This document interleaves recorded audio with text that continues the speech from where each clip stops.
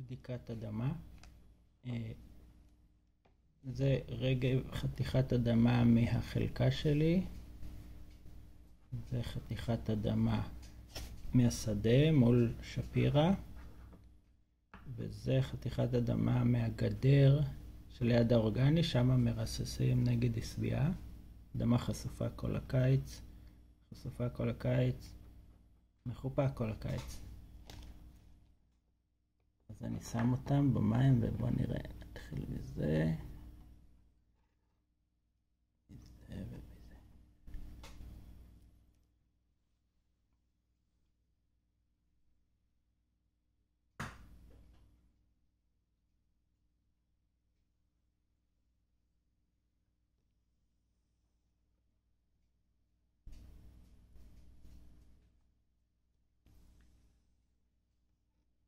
גדר מתפרק לחלוטין, המים נצבעו בחום מיד, השדה מתפרק יותר לאט, אבל גם מים עכורים, הרגב לא מחזיק, חתיכת אדמה לא מחזיקה,